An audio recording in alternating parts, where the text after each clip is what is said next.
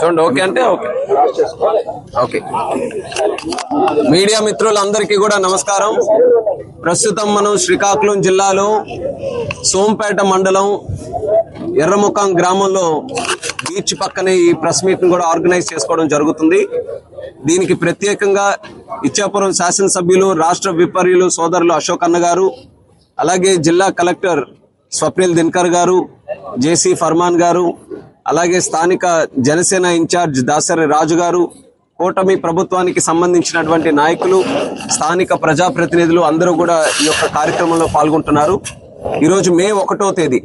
ముందుగా కార్మిక లోకానికి అందరికీ కూడా మేడే శుభాకాంక్షలు తెలియజేసుకుంటూ, ఏ 1వ తేదీ వచ్చినా సరే రాష్ట్రంలో ఒక పండగ వాతావరణం వచ్చినట్టుగా ప్రతి ఒక్క గ్రామంలో కనిపిస్తుంది. దానికి కారణం ఏంటంటే, కూటమి ప్రభుత్వం ఎలక్షన్ లో ఇచ్చినటువంటి హామీని నిలబెట్టుకొని 3,000 రూపాయల పెన్షన్ ని 4,000 రూపాయలు చేస్తూ ప్రతి 1వ తేదీన ఆలస్యం లేకుండా, ఎటువంటి ఇబ్బంది లేకుండా ప్రతి ఇంటికి, ప్రతి అర్హుడికి, ప్రతి వ్యక్తికి కూడా పెన్షన్ ఇచ్చేటటువంటి కార్యక్రమం చాలా అద్భుతంగా జరుగుతుంది. ఆ యొక్క కార్యక్రమం మన చంద్రబాబు నాయుడు గారి తాలూకా ఆదేశాల మేరకు ఎక్కడికక్కడ కూటమి ప్రభుత్వ నాయకుల ఆధ్వర్యంలో చాలా బ్రహ్మాండంగా జరుగుతుంది. దానికి సంబంధించి నేను కూడా శ్రీకాకుళం జిల్లా పలాస నియోజకవర్గంలో రామకృష్ణపురం గ్రామంలో కూడా అటెండ్ అయ్యాను. వితంతులు గాని, వృద్ధులు గాని, వికలాంగులు గాని వాళ్ళందరికీ కూడా పెన్షన్లు ఇచ్చే కార్యక్రమంలో నేను కూడా పాల్గొని వాళ్ళ తాలూకా ఆనందాన్ని ప్రత్యక్షంగా చూశాను. ఈ రోజుకి కూడా నమ్మలేనటువంటి పరిస్థితిలో వాళ్ళందరూ కూడా ఉన్నారు. ఎందుకనంటే గత ప్రభుత్వం చేసినటువంటి అన్యాయం గుర్తు చేసుకొని ఏదైతే హామీ ఇచ్చారో ఇంట్రెస్ట్ పద్ధతుల్లో 5 సంవత్సరాలు కూడా 250 పెంచుకుంటూ పోయి ఆ రోజు చేస్తే, చంద్రబాబు నాయుడు గారు మాత్రం, కూటమి ప్రభుత్వం మాత్రం వచ్చిన వెంటనే ఇచ్చినటువంటి హామీ ప్రకారం 1000 రూపాయలు కూడా పెంచి ఈ రోజు మా జిల్లా శ్రీకాకుళం జిల్లాలోనే చూస్తే సుమారు 3,06,000 మందికి 130 కోట్ల వరకు పెన్షన్ ని ఈ రోజు డిస్ట్రిబ్యూట్ చేయడం జరిగింది. చాలా సక్సెస్ఫుల్ గా జిల్లా యంత్రాంగం తాలూకా అందరి తాలూకా సహకారంతో చాలా సక్సెస్ఫుల్ గా చేసుకున్నాం. దానితో పాటు ఈ రోజు మా శ్రీకాకుళం జిల్లాలో చాలా ముఖ్యమైనటువంటి రోజుగా భావించవచ్చు. ఎన్నో కీలకమైనటువంటి కార్యక్రమాలకి మేము శంకుస్థాపన చేశాం, కొన్ని ప్రారంభోత్సవం కూడా చేసుకున్నాం. అందులో ఈ రోజు ప్రత్యేకంగా మీ అందరికీ కూడా ఇక్కడ బీచ్ కి ఆహ్వానించి ఈ ప్రోగ్రాం ఎందుకు పెట్టామనంటే, చరిత్రలో నిలిచిపోయేటటువంటి కార్యక్రమానికి ఈ రోజు ఎర్రముఖం నుంచి మనం శ్రీకారం చుడుతున్నాం. అదేంటంటే దాని పేరు మత్స్య సాగర మాల అని పెట్టి మత్స్యకారులు ఉన్నటువంటి తీర ప్రాంత గ్రామాలకి చాలా ఏళ్ల నుంచి ఉన్నటువంటి ఒక కీలకమైనటువంటి సమస్యకి కన్వర్జెన్స్ కింద ఒక గొప్ప సొల్యూషన్ ని మేమందరం కూడా ఈ రోజు చేయించడం జరుగుతుంది. అందులో కోల్ ఇండియా లిమిటెడ్ ఈ యొక్క సిఎస్ఆర్ యాక్టివిటీ ద్వారా మత్స్యసాగర్ మాలాకి సుమారు 4 కోట్ల రూపాయలు సహకరించి ప్రతి బీచ్ రోడ్డుకి ఏదైతే ఈ తీర ప్రాంత గ్రామాలు ఉన్నాయో వాళ్ళకి సంబంధించినటువంటి బీచ్ రోడ్ కి సోలార్ లైట్స్ ఇవ్వడానికి వాళ్ళు కూడా అంగీకరించి ఒక 4 కోట్ల రూపాయలు శాంక్షన్ చేశారు. దాని ద్వారా 1600 సోలార్ లైట్స్ మేము ఏర్పాటు చేయడం జరిగింది. దానికి ప్రత్యేకంగా కోల్ ఇండియా లిమిటెడ్ కి, అలాగే మంత్రివర్యులు కిషన్ రెడ్డి గారికి కూడా ప్రత్యేక ధన్యవాదాలు తెలియజేసుకుంటున్నాను.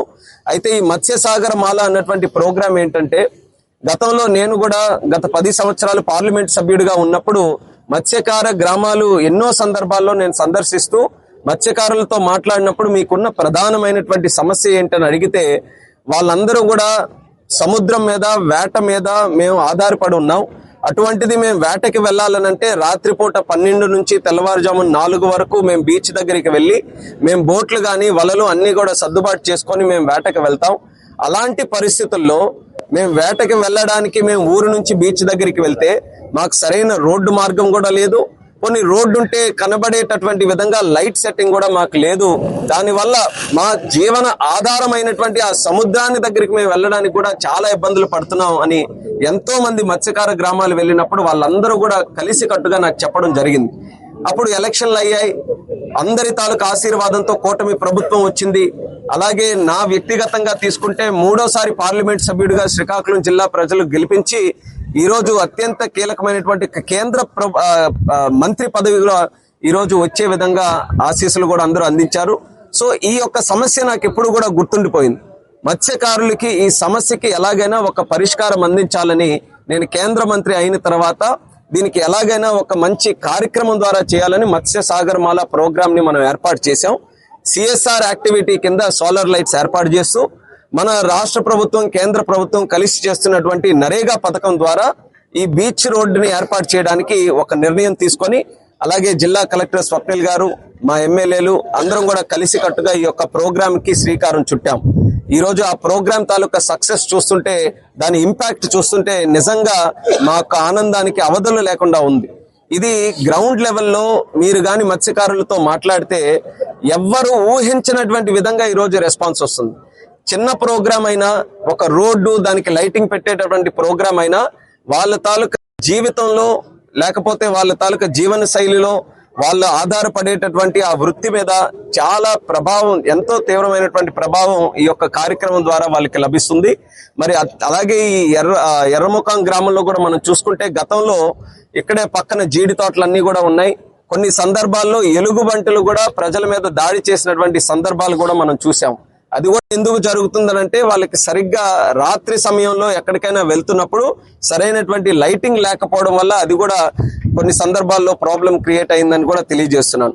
అలాగే ఒకటి మత్స్యకారులకి వేటకి సంబంధించింది అయితే, మరొకటి ఏదైనా రాత్రిపూట జరగరాని సంఘటనలు జరగకుండా ఉండడానికి లైటింగ్ ఉంటే, మూడోది ఇంత చక్కనటువంటి తీర ప్రాంతాన్ని ఆస్వాదించడానికి కూడా టూరిజం పెరగడానికి కూడా బీచ్ రోడ్ గానీ లైటింగ్ గానీ చాలా ముఖ్యమైనటువంటిది. సో ఈ కాన్సెప్ట్స్ అన్ని కూడా ఇంక్లూడ్ చేసుకొని ఈ యొక్క ప్రోగ్రామ్ ని మేము స్టార్ట్ చేసాం. అన్ని సాచ్యురేషన్ పద్ధతిలో జిల్లాలో ఉన్నటువంటి మత్స్యకార గ్రామాలు సుమారు 100 ఉన్నాయి. 100కి 100 కూడా బీచ్ రోడ్స్ ఏర్పాటు చేసి లైటింగ్ ఏర్పాటు చేయాలని ఈ యొక్క ప్రోగ్రామ్ ని మేము స్టార్ట్ చేసాం. దీనికి మొత్తానికి సుమారు 2800 సోలార్ లైట్లు కావాలి. ఇప్పుడు ప్రస్తుతం మనం 4 crores ఏదైతే కోల్ ఇండియాతో ఖర్చు పెట్టి చేస్తున్నామో దాని ద్వారా 1600 లైట్స్ వరకు ఏర్పాటు చేశాం. ఇంకో 1200 లైట్స్ ఉన్నాయి. దానికి ఇంకో 200 యాడ్ చేసుకొని ఒక 1400 లైట్స్, ఒక బఫర్ సిస్టమ్ కూడా పెట్టుకొని నెక్స్ట్ ఫేజ్ లో ఇంకో 1400 లైట్స్ కూడా దీనికి యాడ్ చేసి ఈ 100 గ్రామాలు ఏవైతే సీసీ రోడ్స్ ఉన్నాయో ఆ 100 గ్రామాలకి సీసీ రోడ్స్ తో పాటు సోలార్ లైట్స్ కూడా ఏర్పాటు చేయడం జరుగుతుంది. రోడ్స్ వచ్చేసరికి 100 గ్రామాల్లో సుమారు 49 రోడ్స్ ని మనం కంప్లీట్ చేసాం. మీరు ఈ 2 సంవత్సరాల క్రితం చూసుకుంటే జస్ట్ 15% వరకే రోడ్స్ ఉన్నాయి. ఈ 100 గ్రామాల్లో కేవలం 15-16 గ్రామాల వరకే పక్కా రోడ్స్ ఉన్నాయి. మిగతావన్నీ కూడా మట్టి రోడ్స్ గానీ, ఇసుక దెబ్బలు గానీ ఈ ప్రాంతాల నుంచే మత్స్యకారులు అందరూ కూడా వెళ్ళేవారు. సో ఈ రోజు 49 గ్రామాల వరకు మనం రోడ్స్ ఎస్టాబ్లిష్ చేసాం. మరొక 7 ఇన్ ప్రోగ్రెస్ లో ఉన్నాయి. ఇంకా చాలా వరకు కొన్ని ఏరియాస్ లో ఫారెస్ట్ డిపార్ట్మెంట్ తాలూకా ఇష్యూస్ ఉండడం వల్ల దానికి సెటిల్ చేయడానికి కాస్త ఆలస్యం అవుతుంది. అవి కూడా రానున్నటువంటి సంవత్సరంలో అన్ని కూడా పూర్తి చేసి ప్రతి ఒక్క మత్స్యకార గ్రామానికి చక్కనైన బీచ్ రోడ్ ఏర్పాటు చేస్తాం. దానికి సోలార్ లైటింగ్ కూడా ఏర్పాటు చేస్తామని మరొకసారి ఈ సందర్భంగా తెలియజేసుకుంటున్నాను. ఓవరాల్ గా ఈ యొక్క సీసీ రోడ్స్ గానీ, బీటీ రోడ్స్, బీచ్ రోడ్స్ ఏర్పాటు చేయడానికి 12 crore rupees మనం ఖర్చు పెడుతున్నాం. మళ్ళీ ఇంకా అదనంగా ఏదైనా కావాలన్నా సరే నరేగా నుంచి లేకపోతే ప్రభుత్వం తాలూకా సహకారంతో వీటన్నిటిని కూడా పూర్తి చేయడం జరుగుతుందని కూడా తెలియజేస్తున్నాను. దీని తాలూకా ముఖ్య ఉద్దేశం జిల్లాలో ఉన్నటువంటి మత్స్యకారులకి ఈ కూటమి ప్రభుత్వం అండగా ఉండాలి. దానికి సంబంధించి అనేక ప్రోగ్రామ్స్ రాష్ట్ర ప్రభుత్వం ఆధ్వర్యంలో చంద్రబాబు నాయుడు గారు గాని, పవన్ కళ్యాణ్ గారు గాని, అలాగే కేంద్ర ప్రభుత్వం నరేంద్ర మోదీ గారి తాలూకా సహకారంతో అనేక ప్రోగ్రామ్స్ జరుగుతున్నాయి. అందులో ముఖ్యంగా వేట నిషేధ భృతిని కూడా గతంలో 10,000 రూపాయలు అంతంత మాత్రంగా ఇస్తే అది కూడా అనేక రకాలైనటువంటి ఇబ్బందులు పెడుతూ మత్స్యకారులకి ఇస్తే ఈ రోజు చాలా చక్కగా 20,000 రూపాయలకి మత్స్యకార సేవలు, మత్స్యకార భృతిని మనం పెంచి దాన్ని కూడా అందరికీ ఎవరైతే అర్హులైనటువంటి వ్యక్తులు ఉన్నారో రాజకీయాలకు అతీతంగా ప్రతి ఒక్కరికి ఇస్తున్నాం. దానికి తోడుగా శ్రీకాకుళం జిల్లాలో ప్రత్యేకంగా అబ్జర్వ్ చేసినటువంటిది మత్స్యకారులు ఎక్కువగా ఇక్కడ వేటకి వెళ్లిన వాళ్ళు ఉన్నారు. దానితో పాటు ఇతర ప్రాంతాలకు కూడా వెళ్లి వేట చేస్తున్న వాళ్ళు ఉన్నారు. శ్రీకాకుళం నుంచి చెన్నైలో గాని, ముంబై పోర్ట్ లో గాని, అలాగే గుజరాత్ పోర్ట్ లో గాని, కలకత్తాలో గాని, అండమాన్ లో గాని, అంటే ఇతర ప్రాంతాలకి కూడా వెళ్లి ఇదే వృత్తి మీద, ఫిషింగ్ మీద, అక్కడ హార్బర్లు ఉన్నా, అక్కడ జెట్టీస్ ఉన్నా, అక్కడ పెద్ద షిప్స్ ఉన్నా దానికి వెళ్లి పనిచేయడం కూడా జరుగుతుంది. సో అది కూడా తగ్గించాలి. ఆ మత్స్యకారులు ఎవరైతే వలసలు వెళ్తున్నారో దాన్ని కూడా తగ్గించాలనంటే లోకల్ గా ఇక్కడ మత్స్యకారులకి మనం ప్రొవైడ్ చేస్తున్నటువంటి ఇన్ఫ్రాస్ట్రక్చర్ కూడా పెంచాలి. అలాగే మూడో విషయం ఏంటంటే శ్రీకాకుళం జిల్లాలో డెవలప్మెంట్ ఇంకా పెద్ద ఎత్తున జరగాలనంటే మనం టూరిజం ని ఒక మంచి అవకాశంగా దీన్ని మలుచుకోవాలి. ఎక్కడ లేనటువంటి ఒక ప్రకృతి సంపద మన శ్రీకాకుళం జిల్లాలో ఉంది. దాన్ని ప్రమోట్ చేయాలి. ప్రమోట్ చేసి తీరా ఎవరైనా పర్యాటకులు ఇక్కడికి వస్తే వాళ్ళకి సరిపడేటువంటి టూరిస్ట్ ఇన్ఫ్రాస్ట్రక్చర్ కూడా ఉండాలి. అందులో connectivity major resource. So roads మనం ఏర్పాటు చేసి లైటింగ్ ఇస్తే అట్లీస్ట్ వచ్చేటటువంటి పర్యాటకులు ఎవరైతే ఉంటారో బీచ్ ని ఆస్వాదించడానికి ఒక మంచి అవకాశం ఉంటుంది. సో మల్టిపుల్ సొల్యూషన్స్, ఈ యొక్క ప్రోగ్రామ్ తో మల్టిపుల్ సొల్యూషన్స్ మనం ప్రొవైడ్ చేయగలుగుతున్నాం. అందుకే ఇంత ఇంపాక్ట్ క్రియేట్ చేసిన ప్రోగ్రామ్ గా ఈ మత్స్య సాగరమాల ఈ రోజు ఏర్పడింది. దీన్ని పెద్ద ఎత్తున ప్రమోట్ చేస్తూ మేము మత్స్యకారుల గ్రామాలకు కూడా వెళ్లి వాళ్ళను కూడా టూరిజం ని ఎంకరేజ్ చేసే విధంగా క్లీన్ గా బీచెస్ పెట్టుకొని బయట వాళ్ళు కూడా వస్తే వాళ్ళకి కావాల్సినటువంటి సౌకర్యాలు కూడా ప్రొవైడ్ చేయడానికి ఒక మంచి ప్లానింగ్ తో వాళ్ళలో కూడా అవేర్నెస్ క్రియేట్ చేస్తున్నాం. అందులో మొట్టమొదటిగా మేము తీసుకున్నటువంటిది బారువా బీచ్. బారువా బీచ్ గతంలో కూడా మీరు చూస్తే మన కూటమి ప్రభుత్వ హయాంలోనే దానికి ఒక బీచ్ ఫెస్టివల్ కూడా చేస్తే చాలా సక్సెస్ఫుల్ గా కేవలం ఇచ్చాపురం నియోజకవర్గం అనే కాదు, చుట్టుపక్కల ఉన్నటువంటి నియోజకవర్గాల నుంచి కూడా చాలా మంది వచ్చి అక్కడ బీచ్ ఫెస్టివల్ లో కూడా పాల్గొనడం జరిగింది. దాన్ని ఒక మోటివ్ గా తీసుకొని ఆ బారువా బీచ్ ను కూడా బ్లూ ఫ్లాగ్ బీచ్ గా డెవలప్ చేయాలని, అంటే అక్కడ న్యాచురల్ గా ఉన్నటువంటి ఆ బీచ్ రిసోర్స్ ని వాడుకొని దూర ప్రాంతాల నుంచి కేవలం మన రాష్ట్రమే కాదు ఇతర రాష్ట్రాల నుంచి అవకాశం ఉంటే విదేశాల నుంచి కూడా వచ్చే విధంగా బారువా బీచ్ ని డెవలప్ చేయాలని బ్లూ ఫ్లాగ్ బీచ్ కింద ఒక డిపిఆర్ తయారు చేసి దాన్ని కూడా ముందుకు నడిపిస్తున్నాం. అక్కడ బీచ్ యాక్టివిటీస్, బీచ్ స్పోర్ట్స్, అలాగే స్కూబా డైవింగ్, తర్వాత అక్కడ రిసార్ట్, ఈ యాక్టివిటీస్ అన్ని కూడా బారువా బీచ్ లో డెవలప్ చేయబోతున్నాం. రానున్న కాలంలో ఆ పనులు కూడా శ్రీకారం చుడతామని ఈ సందర్భంగా తెలియజేస్తున్నాం. ఇందాక మాట్లాడిన విధంగా కనెక్టివిటీకి సంబంధించి రోడ్ గానీ, రైల్ గానీ, అలాగే పోర్ట్ గానీ, ఎయిర్పోర్ట్ గానీ, ప్రధానంగా ఎవరైనా ఒక ప్రాంతం నుంచి ఇంకో ప్రాంతానికి వెళ్ళాలంటే ఈ 4 మెయిన్ ట్రాన్స్పోర్ట్ మీడియంస్, ఈ 4 మీడియంస్ మన జిల్లాలో డెవలప్ చేయాలనేది ఒక లాజిస్టిక్స్ ప్లాన్ కింద చంద్రబాబు నాయుడు గారి ఆధ్వర్యంలో మేము ముందుకు తీసుకొని వెళ్తున్నాం. అందులో పోర్ట్ యాక్టివిటీ ఏదైతే మూలపేట ఉందో దాదాపు 75% కి పైగా మనం పూర్తి చేసుకొని అతి త్వరలోనే పోర్టు తాలూకా ప్రారంభోత్సవం కూడా పెట్టుకునే పరిస్థితిలో ఈ రోజు ఉన్నాం. అలాగే మనం ఎయిర్పోర్ట్ కూడా ఒక శ్రీకాకుళం జిల్లాలో మనం ప్లాన్ చేసుకొని దానిలో కూడా అవేర్నెస్ ఎక్కువగా క్రియేట్ చేస్తూ ఈ రోజు ప్రజల నుంచి కూడా మంచి స్పందన వస్తుంది. వాళ్ళు కూడా వీలైనంత త్వరగా ఎయిర్పోర్ట్ ఏర్పాటు చేయాలని వాళ్ళు కూడా ఈ రోజు సహకారంతో ముందుకు వస్తున్నారు. సో ఎయిర్పోర్ట్ ను కూడా అతి త్వరలో ప్రారంభించే కార్యక్రమాన్ని మనం శ్రీకారం చుడతాం. ఆల్రెడీ మనకి ఏదైతే చెన్నై కోల్కతా హైవే ఉందో గతంలో నేను పార్లమెంట్ సభ్యుడిగా ఉన్నప్పుడు దాని గురించి చాలా ప్రయత్నం చేసి శ్రీకాకుళం నుంచి నరసన్నపేట వరకు 6 లేనింగ్ మనం చేశాం. ఇప్పుడు నరసన్నపేట టు ఇచ్చాపురం ఏదైతే 4 లేనింగ్ ఉందో దాన్ని కూడా 6 లేనింగ్ చేయాలని కేంద్ర మంత్రి గడ్కరీ గారికి అనేక సందర్భాల్లో నేను వెళ్లి కలిశాను. అది కూడా రానున్న కాలంలో మొత్తం ఇచ్చాపురంలో ఉన్నటువంటి NH స్ట్రెచ్ అంతా కూడా 6 లేనింగ్ చేయాలని ఆ ప్రయత్నం కూడా చేస్తున్నాం. ఇకపోతే మన రైల్వేస్ కి సంబంధించి ఇది కూడా ఒక చరిత్ర అయినటువంటి కార్యక్రమం. ఇచ్చాపురం టు పలాస ఏవైతే ఒక 7 స్టేషన్స్ ఈ మధ్యలో ఉన్నటువంటివి east coast railway Khurda division లో ఉండేవి. అటువంటి ఖుర్దా డివిజన్ లో ఉన్నటువంటి 7 స్టేషన్స్ ని కూడా ఒక చరిత్రాత్మకమైనటువంటి నిర్ణయం తీసుకొని కేంద్ర మంత్రి అశ్విని వైష్ణవ్ గారి తాలూకా సహకారంతో ఈ 7 స్టేషన్స్ ని మనం ఆంధ్రప్రదేశ్ లో కొత్తగా ఏర్పాటు చేసుకున్న సౌత్ కోస్ట్ రైల్వే జోన్ లో కలపడం జరుగుతుంది. మీకు గుర్తుండి ఉంటుంది, నేను పార్లమెంట్ సభ్యుడిగా అయినప్పటి నుంచి పార్లమెంట్ లో గానీ రైల్వే మంత్రికి ఎప్పుడు కలిసినా ఈ 7 స్టేషన్స్ గురించి ప్రత్యేకంగా మాట్లాడేవాడిని. అది గానీ ఆ 7 స్టేషన్స్ కూడా ఇటు సైడ్ గానీ ఇంక్లూడ్ అయితే ఈ ప్రాంతంలో ఉన్నటువంటి రైల్వే స్టేషన్స్ కూడా ఇంకా అభివృద్ధి చేయడానికి మంచి అవకాశం ఉంటుందని పట్టు వదలకుండా దీని గురించి కృషి చేశాను. దానికి కూడా రైల్వే మినిస్టర్ గారు పూర్తి సహకారం అందించి 7 స్టేషన్స్ కూడా యాడ్ చేశారు. అలాగే మీరు చూస్తే జనవరి నుంచి చూసుకుంటే ఒక 6 స్టేషన్లో కొత్తగా స్టాప్స్ ను కూడా మనం స్టార్ట్ చేశాం. అలాగే మరో చరిత్ర సృష్టించే విధంగా తిరుపతికి శ్రీకాకుళం నుంచి శ్రీకాకుళం తిరుపతి హంసఫర్ ఎక్స్ప్రెస్ ను కూడా మొట్టమొదటిసారి మన శ్రీకాకుళం జిల్లా నుంచే ప్రత్యేకంగా ట్రైన్ స్టార్ట్ అయ్యే విధంగా ఆ కార్యక్రమాన్ని కూడా చేశాం. సో లాజిస్టిక్స్, ట్రాన్స్పోర్ట్ ఇవన్నీ కూడా చక్కగా మన జిల్లాకి ఏర్పాటు చేసుకుంటే టూరిజం, అలాగే జిల్లాకి అవసరమైనటువంటి మరొక ముఖ్యమైనటువంటిది ఇండస్ట్రీ కూడా మన శ్రీకాకుళం జిల్లాకి రావాలి. చాలా ఉత్సాహంగా ఉన్నారు.